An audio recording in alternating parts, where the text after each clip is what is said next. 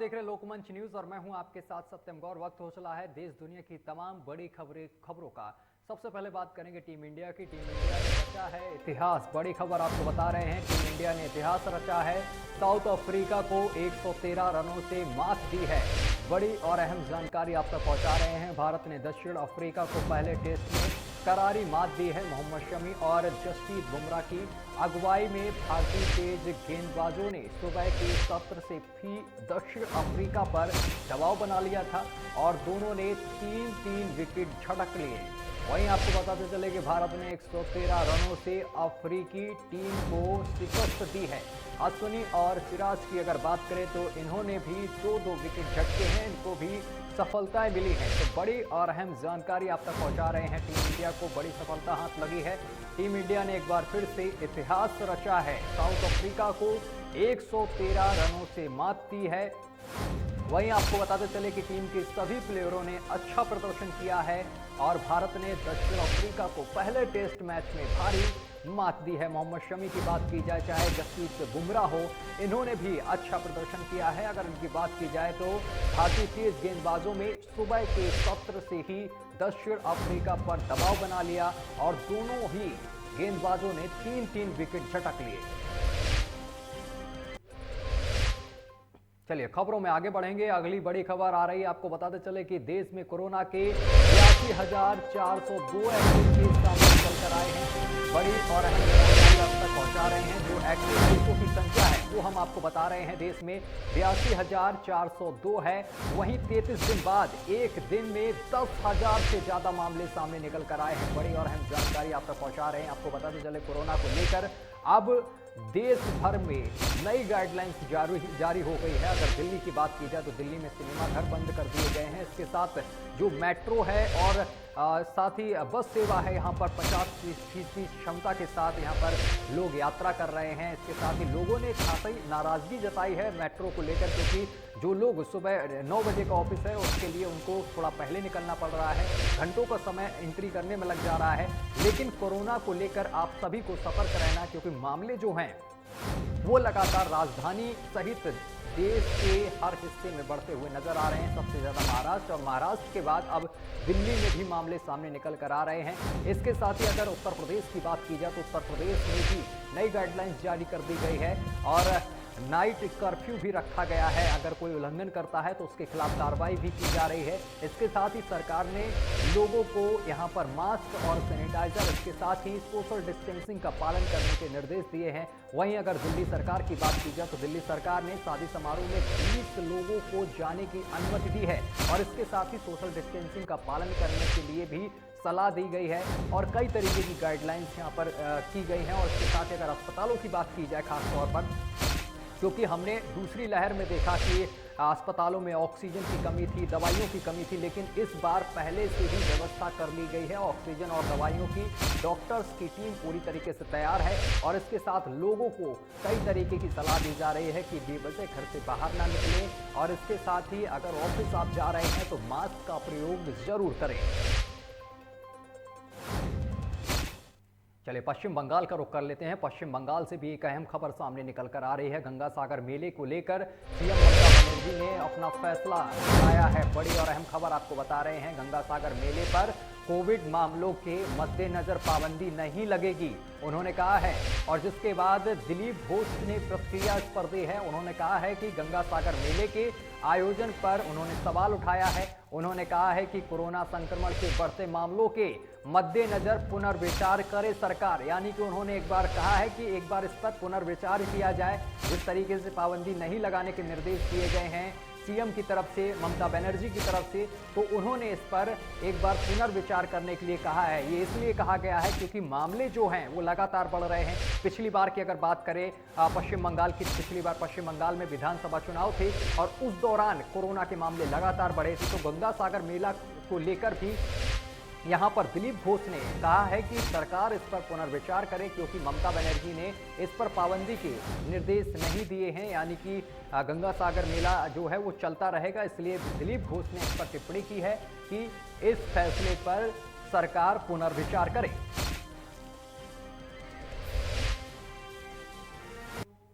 और एक और बड़ी खबर सामने निकल कर आ रही है। 31 दिसंबर को अयोध्या के दौरे पर जाएंगे अमित शाह। गृह मंत्री अमित शाह 31 दिसंबर को अयोध्या के दौरे पर रहेंगे। बड़ी और अहम जानकारी आप तक पहुंचा रहे हैं। 2022 चुनाव को लेकर सरगर्मियां तेज हैं। सभी चुनावी जो पार्टियां हैं वो लगातार जनता के बीच जा रही हैं, जनता को लुभाने की कोशिश की जा रही है। इसी बीच अयोध्या में अमित शाह का भी दौरा है। और अगर आज की बात की जाए तो आज प्रधानमंत्री नरेंद्र मोदी का उत्तराखंड में दौरा था और उन्होंने हल्द्वानी की जनता को सौगात दी थी। और इसके साथ ही अब 31 दिसंबर को अयोध्या में अमित शाह का दौरा है। हनुमानगढ़ी और रामलला के दर्शन भी अमित शाह करेंगे। बड़ी और अहम जानकारी आपको दे रहे हैं। इसके साथ ही जनता को भी संबोधित करेंगे। और इसके साथ ही आपको ये भी बताते चले कि जनता को उपलब्धियों के बारे में भी बताएंगे बीजेपी की।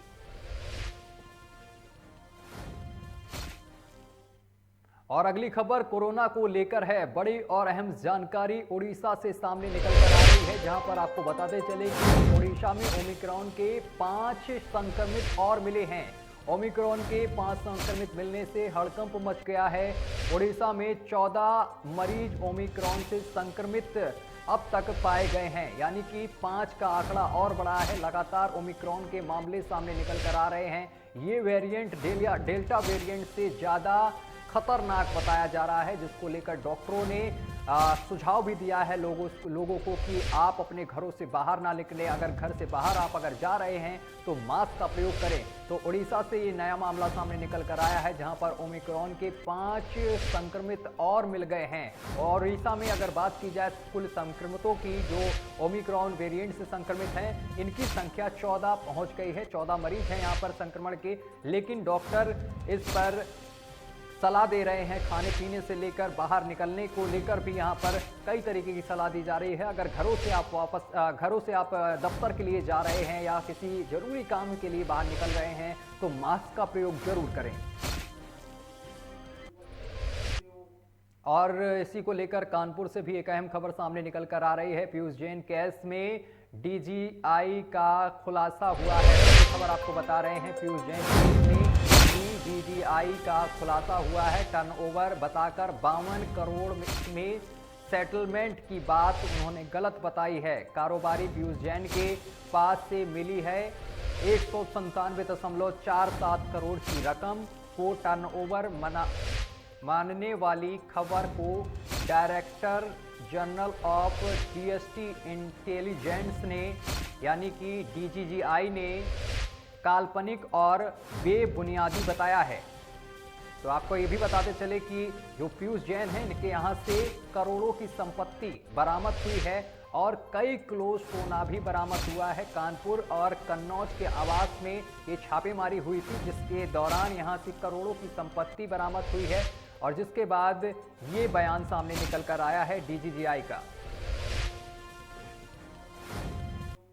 और कोरोना को लेकर पंजाब से भी एक बड़ी खबर सामने निकल कर आ रही है। पंजाब में ओमिक्रॉन का पहला मरीज मिला है। बड़ी और अहम जानकारी आपको पहुंचा रहे हैं। आपको बताते चले कि इससे पहले हमने खबर बताई उड़ीसा की, जहां पर 5 नए मरीज मिले हैं। और आज पंजाब में ओमिक्रॉन का एक पहला मरीज पाया गया है। बड़ी और अहम खबर आपको बता रहे हैं। आपको ये भी बताते चले कि जो मरीज है वो स्पेन से नवाज शहर आया था मरीज, और जिसके बाद इसमें ओमिक्रॉन की पुष्टि हुई है।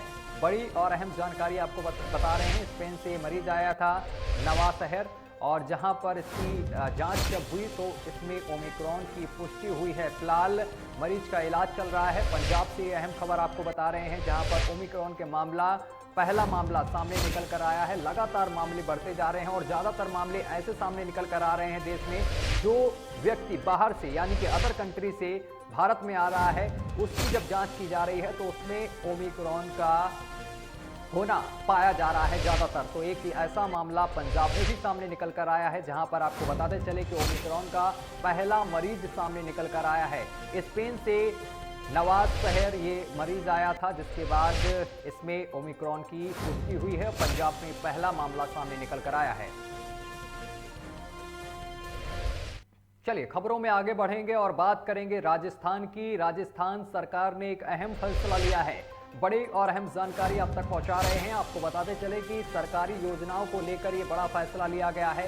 सरकारी योजनाओं से वंचित रहेंगे टीके के दोनों डोज ना लेने वाले लोग, यानी कि जो टीका है अगर आपने दोनों डोजें नहीं ली हैं तो सरकार की जो योजनाएं हैं उससे आप वंचित रहेंगे, अछूते रहेंगे। और जिन लोगों ने दोनों डोजें ले ली हैं उनको ये योजनाओं का लाभ मिलेगा। ये राजस्थान सरकार ने अहम फैसला लिया है। तो बड़ी जानकारी आपके लिए है ये। अगर आपने दोनों डोजें नहीं ली हैं तो आप डोजें पूरी करें, दोनों कोविड की जो डोजें हैं उनको लगवाएं। इसके बाद ही आप सरकारी योजनाओं का लाभ उठा सकते हैं। अगर किसी व्यक्ति ने दोनों डोज नहीं लगवाई हैं तो राजस्थान सरकार ने ये फरमान दिखाया है। उन्होंने कहा है कि सरकारी योजनाओं से वंचित रखा जाएगा जिन लोगों ने टीके की दोनों डोजें नहीं लगवाई हैं। और एक और बड़ी खबर सामने निकल कर आ रही है। वित्त मंत्री निर्मला सीतारमण ने बजट से पहले बैठक की है। बड़ी खबर आपको बता रहे हैं, निर्मला सीतारमण ने बजट से पहले एक अहम बैठक की है। वित्त मंत्री निर्मला सीतारमण ने बजट से पहले एक अहम बैठक की है। सभी राज्यों और केंद्र शासित प्रदेशों के वित्त मंत्रियों के साथ ये बैठक की है उन्होंने।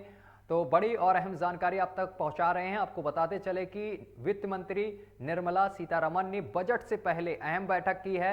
उन्होंने राज्यों और केंद्र शासित प्रदेशों के वित्त मंत्रियों के साथ बैठक की है और अहम बातों को लेकर चर्चा की है, अहम मुद्दों को लेकर चर्चा की है इस बैठक में। चलिए, देश दुनिया की तमाम खबरों में अभी के लिए बस इतना ही। देखते रहिए लोकमंच न्यूज।